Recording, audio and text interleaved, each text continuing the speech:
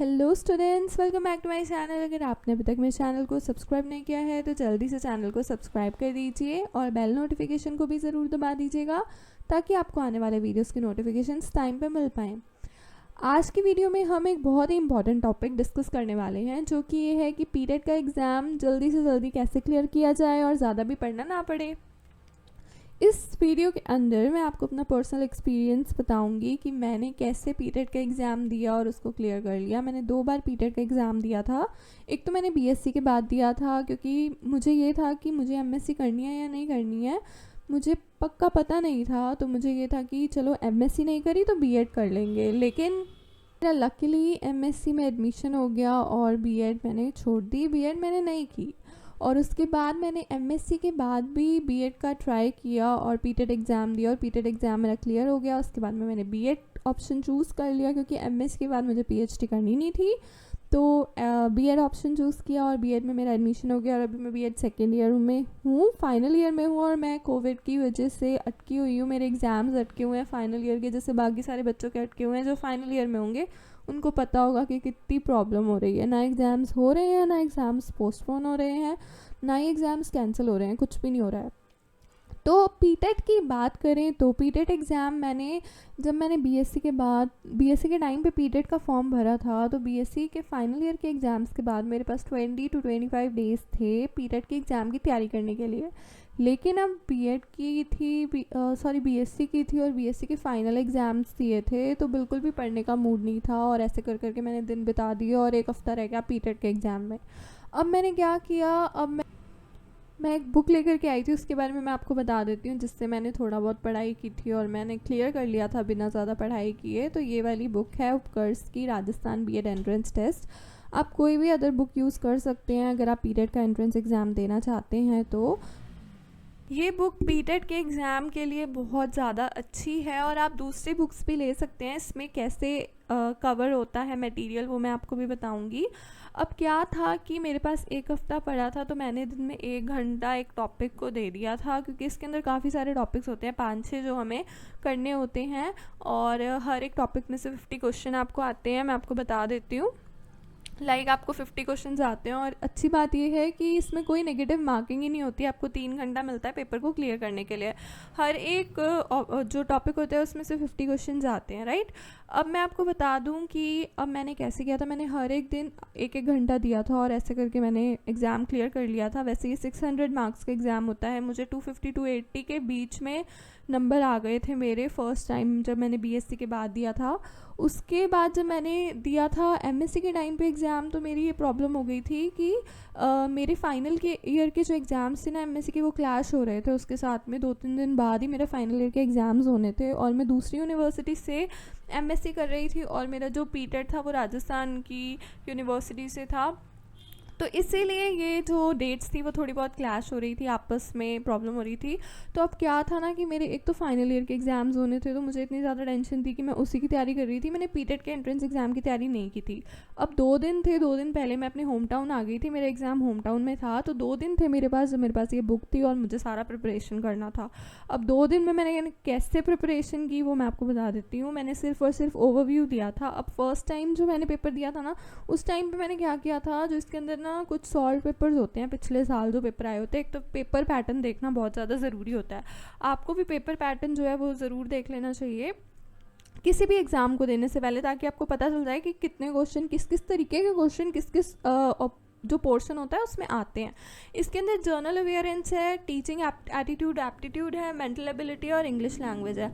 अब इसमें क्या है ना, इंग्लिश, क्योंकि मैं इंग्लिश मीडियम से हूँ, बाकी काफ़ी बच्चे होंगे जो हिंदी मीडियम से होंगे, उनकी हिंदी लैंग्वेज होगी। अब देखो, जो लैंग्वेज का पोर्शन होता है ना वो बहुत ज़्यादा इजी होता है, क्योंकि लैंग्वेज तो हमारी लैंग्वेज है, हमें आती है। इंग्लिश मेरी है तो इंग्लिश मुझे आती है, क्योंकि मैं इंग्लिश मीडियम में पढ़ी हूँ तो इंग्लिश लैंग्वेज मुझे अच्छे से आती है। अब इसके अंदर होता क्या, कॉम्प्रीहेंशंस होते हैं और कुछ अपोजिट वर्ड्स होते हैं, सिनोनिम्स होते हैं और उसके बाद में कुछ सेंटेंस फॉर्मेशन होते हैं और फिल इन द ब्लैंक्स होते हैं जो आपको ग्रामर भरनी होती है। तो बेसिकली ये बहुत सिंपल पोर्शन है, इसको सिर्फ आप एक बार ही देख लोगे ना कि कॉम्प्रिहेंशन कैसे आती है, सेंटेंसेस कैसे आते हैं, ये देखना ही काफ़ी है। उसके बाद में मेंटल एबिलिटी का पोर्शन होता है, इसके अंदर मैथ्स होती है, बहुत ही कॉमन मैथ्स होती है, रीजनिंग होती है, इसके अंदर लॉजिकल रीजनिंग होती है, जैसे कि आपको नंबर सीरीज़ आ जाएगी, आपको अल्फ़ाबेट सीरीज़ कंप्लीट करनी होगी, एनकोडिंग डिकोडिंग आ जाएगा। लेकिन इसमें दो चीज़ें बहुत ज़्यादा इंपॉर्टेंट होती है, एक वेन डायग्राम होता है और एक और इम्पॉर्टेंट चीज़ होती है जो कि है हमारा एनालॉजी टेस्ट। अब इसमें क्या है कि एक रिलेशनशिप टेस्ट भी इसमें आता है कि ब्लड रिलेशन का एक क्वेश्चन आता है। तो बेसिकली इसमें होता क्या है कि आपको सिर्फ करना क्या है कि आपको हर एक, इसके अंदर काफ़ी सारे सब टॉपिक्स हैं मेंटल एबिलिटी टॉपिक के अंदर, उन सब टॉपिक्स के एक एक दो क्वेश्चंस को, तीन क्वेश्चंस को देख लो। एक क्वेश्चन को देख लो, नहीं समझ में आ रहा है तो एक्सप्लेनेशन दी है उसको देख लो, उसके बाद में आपको ट्रिक समझ में आ जाएगी, आपको टेक्निक समझ में आ जाएगी उस क्वेश्चन को सॉल्व करने की। और सेम टेक्निक से ही पेपर में क्वेश्चन आते हैं, उसी टेक्निक से हमें पेपर में क्वेश्चन को सॉल्व करना होता है, बस वो टेक्निक समझना ज़रूरी है। मेंटल एबिलिटी में टेक्निक बहुत इंपॉर्टेंट है, तो मेंटल एबिलिटी में 1 घंटा लगेगा 2 घंटा लगेगा, टेक्निक देख लो। उसके बाद टीचिंग एटीट्यूड और एप्टीट्यूड की बात करूँ तो ये भी बहुत ज़्यादा सिंपल पोर्शन है। क्यों सिंपल पोर्शन है? क्योंकि इसमें ना आपको एक टीचर के नज़रिए से सोचना होता है कि आपके पास 4 ऑप्शंस होते हैं और आपको ये सोचना होता है कि इनमें से बेटर ऑप्शन कौन सा होगा, और आपको टीचर के नज़रिए से सोचना होता है और पॉजिटिविटी के साथ सोचना होता है। सबसे बड़ी टिप यहाँ पे ये है, ट्रिक यहाँ पे ये है कि जब आपको टीचिंग एटीट्यूड या एप्टीट्यूड से क्वेश्चन आता है ना, तो आपको हर एक क्वेश्चन को पॉजिटिविटी के साथ देखना है। आपको मैं एक एग्जांपल दे देती हूँ। मान लीजिए क्वेश्चन आता है कि बच्चे ने क्लासरूम में शरारत की, तो आप उसको कैसे ट्रीट करोगे? क्या आप उसको स्लैप कर दोगे, क्या आप उसको पनिशमेंट दोगे, या फिर क्या आप उस क्लासरूम से बाहर निकाल दोगे, या फिर उसको समझोगे, उसकी प्रॉब्लम जानोगे या समझाओगे? अब यहाँ पे सबसे अच्छा ऑप्शन है कि उसकी प्रॉब्लम जानेंगे और उसे समझाएंगे, क्योंकि अगर हम नेगेटिव ऑप्शन की तरफ बढ़ेंगे ना तो हमारा क्वेश्चन गलत होगा ही होगा।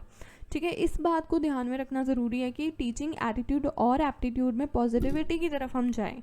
अब इसके बाद में हमारा खुद का सब्जेक्ट आ जाता है, जैसे मेरा था जर्नल साइंस, तो जर्नल साइंस मेरा सब्जेक्ट था, तो खुद के सब्जेक्ट की थोड़ी बहुत नॉलेज तो होती है। और अब मैं आपको ये बताती हूँ कि एक ना और पोर्शन होता है जो सबसे ज़्यादा डिफिकल्ट होता है, हिस्ट्री और जीके का। वो पोर्शन बहुत सारे बच्चे नहीं कर पाते हैं, उनको नहीं समझ में आता, उनको कुछ भी करेक्ट ऑप्शंस नहीं समझ आते, क्योंकि स्ट्रॉन्ग नहीं होती उनकी जीके और हिस्ट्री, और मेरी भी हिस्ट्री और जीके इतनी स्ट्रॉन्ग नहीं है, तो मेरे साथ भी ये प्रॉब्लम हुई थी।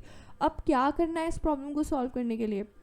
अब सबसे पहले तो आपको क्या करना है, आपका 3 घंटे का पेपर है ना, आपको 15 मिनट तो एंट्रीज करने में लग जाते हैं। उसके बाद जितना भी टाइम बचता है ना, आपको अपने 2 घंटे के अंदर अंदर पेपर को पूरा कंप्लीट कर लेना है। अब आप इसको यूज़ कैसे करोगे टेक्निक को? आपको क्या करना है, आपके पास जो OMR शीट है ना, आप उसको डायरेक्टली मत भरो।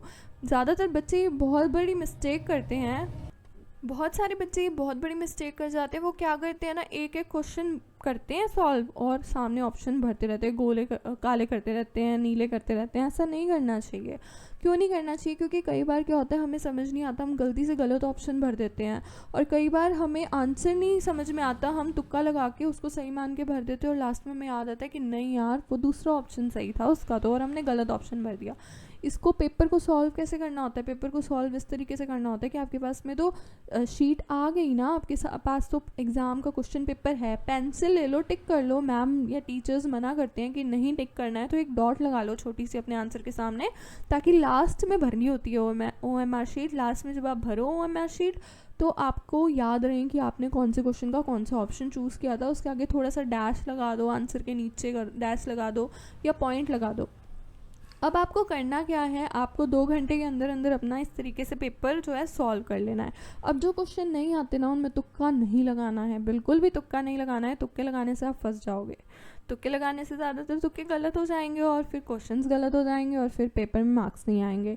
अब क्या है, जिन पेपर में, इस पेपर को ले लो या कोई भी पेपर ले लो जहाँ पे नेगेटिव मार्किंग नहीं होती ना, वहाँ पे ट्रिक ज़रूर फॉलो कर सकते हो आप, जो मैं आपको बताने जा रही हूँ इस वीडियो में। ठीक है, अब मैंने आपको टीचिंग एटीट्यूड और एप्टीट्यूड की एक ट्रिक तो बता दी कि आपको पॉजिटिव एटीट्यूड रख के, अपना पॉजिटिव थिंकिंग रख के आंसर को सोचना है। बेसिकली टीचिंग एटीट्यूड और एप्टीट्यूड की ट्रिक तो आपको पता चल गई।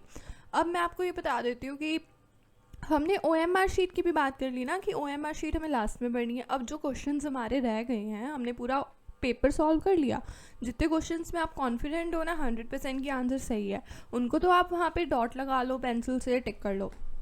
और जितने भी क्वेश्चंस आपको लगते हैं ना कि नहीं है सही, मुझे डाउट हो रहा है या आपको तुक्का लगाना है तो तुक्का मत लगाओ, डाउट से भी ऑप्शंस को सही मत करो, आप उनको क्वेश्चंस को रहने दो।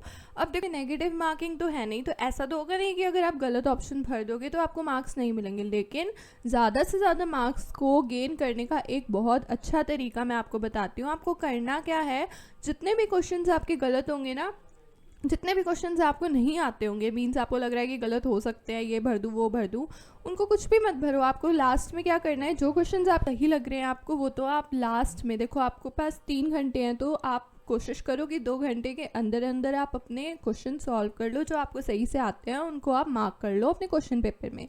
उसके बाद जो आपके पास लास्ट 1 घंटा या आधा घंटा बचता है ना, तब आप अपनी OMR शीट भरो। अब जो क्वेश्चंस आपको बिल्कुल सही लग रहे थे वो तो आप गोले काले कर दो, नीले कर दो, जो आपको करना है कर लीजिए, जो भी कलर आप पेन यूज़ कर रहे हो, ब्लैक या ब्लू बॉल पेन यूज़ होता है।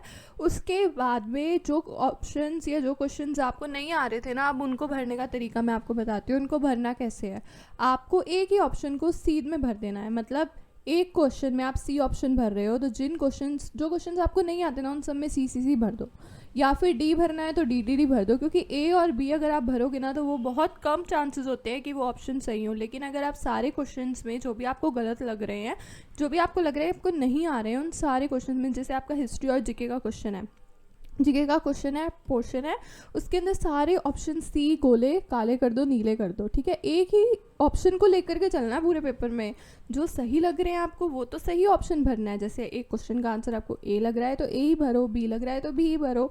लेकिन जिन क्वेश्चंस के आंसर आपको नहीं आते हैं ना, उन सारे क्वेश्चंस में आपको एक ही ऑप्शन लेकर के चलना है। जैसे C ऑप्शन लेकर के चलो, सब में C भर दो, या D ऑप्शन लेकर के चलो, D भर दो। क्योंकि मैंने भी ऐसे ही किया था जब मैंने फर्स्ट टाइम पीटेट का पेपर दिया था और सेकेंड टाइम पीटेट का पेपर दिया था, तो मुझे मेरे पापा ने कहा था कि एक ही ऑप्शन को लेकर के चलना, एक ही ऑप्शन भर देना और काफ़ी हद तक क्वेश्चन सही होते हैं। उन्होंने मुझे ये ट्रिक बताई थी और ये ट्रिक मैंने फॉलो की और मुझे बहुत अच्छा रिजल्ट मिला था। दोनों टाइम मेरा अच्छे से पेपर क्लियर हो गया था। सेकेंड टाइम तो मुझे और भी ज़्यादा मार्क्स मिले थे लास्ट टाइम से, बहुत सारे मार्क्स मेरे इंक्रीज़ हो गए थे। पिछली बार मेरे 250 to 280 के बीच में बने थे, उससे भी ज़्यादा मार्क्स मेरे बन गए थे।